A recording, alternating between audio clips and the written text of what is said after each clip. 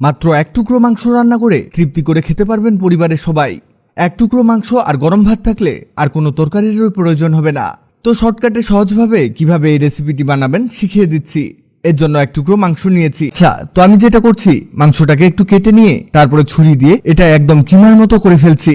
আপনি এই কাজের জন্য ব্লেন্ডার ব্যবহার করতে পারেন অথবা শিলপাটা ব্যবহার করে থেতো করে নিতে পারেন। এবার এটাকে রাউন্ড শেপ দিতে হবে। এই দেখুন, এমন ভাবে শেপ দিয়ে নেবেন। আর আমাদের এখানে একটা প্যানের প্রয়োজন হবে। এই প্যানের মধ্যে মাংসের কিমাটিকে মাছ বরাবর রেখে এর সাইডে দিতে হবে পেঁয়াজ। আরো দিয়েছি খোসা সহ রসুন, সাথে খোসা ছাড়া রসুন।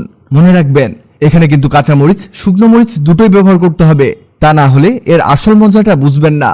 আরো দিয়েছি কয়েকটি আদা। আমাদের এখানে আদার পরিমাণ একটু বেশি হয়ে গেছে। আপনি আদাটাকে একটু কমিয়ে নিয়ে এতে অ্যাড করবেন। শেষে অ্যাড করতে হবে তেল। বেস্ট হয় এতে সরিষার তেল ব্যবহার করলে। হাতের কাছে সরিষার তেল না থাকলে সয়াবিন তেল দিয়েও এই কাজ সেরে নিতে পারেন। এরপরে এতে দিয়েছি হাফ চা চামচ লবণ আর হলুদ। সবার শেষে অ্যাড করেছি কালো জিরা। কালো জিরা অনেক উপকারী। এই টাইপের রান্নাগুলোতে কালো জিরা দেওয়ার চেষ্টা করবেন। এবার সবকিছুকেই ভাজতে হবে। সবকিছু ভালোভাবে ভেজে এতে দিতে হবে পানি।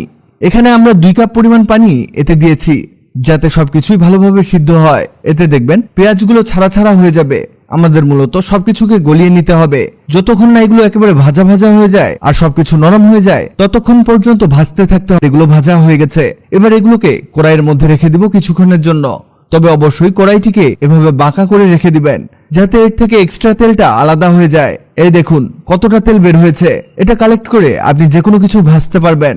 আর এই ভাজা মাংস আর পেঁয়াজগুলোকে একটি ব্লেন্ডারের মধ্যে ঢেলে দিতে হবে। আমাদের মূলত এগুলোকে ব্লেন্ড করতে হবে। ভাবছেন কি আজব রেসিপি, একটা মাংস দিয়ে কি সব তৈরি হচ্ছে?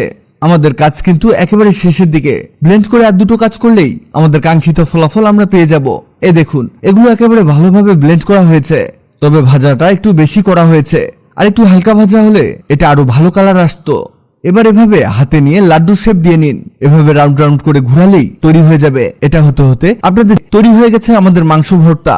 এটা একটা রেস্টুরেন্টে খেয়েছিলাম। এর টেস্ট আমার জিভে আজও লেগে আছে। তাই অনেক চেষ্টা করে আপনাদের জন্য এটা বানালাম। এটা খেতে অবশ্যই গরম ভাত লাগবে। দেখবেন এর টেস্ট দুর্দান্ত। ভিডিওটি অনেকের উপকারে আসতে পারে, তাই ভিডিওটিকে শেয়ার করুন। আপনি পৃথিবীর কোন জায়গা থেকে ভিডিওটি দেখছেন কমেন্ট করুন, যাতে পরবর্তী ভিডিওতে আপনাকে ধন্যবাদ জানাতে পারি। ভিডিওটি ভালো লাগলে লাভ রিঅ্যাক্ট দিন, খারাপ লাগলে হাহা রিঅ্যাক্ট দিন। এমন সব তথ্যবহুল ভিডিও পেতে ন্যাচারাল বিউটি হ্যাক্সকে লাইক ও ফলো দিয়ে রাখুন।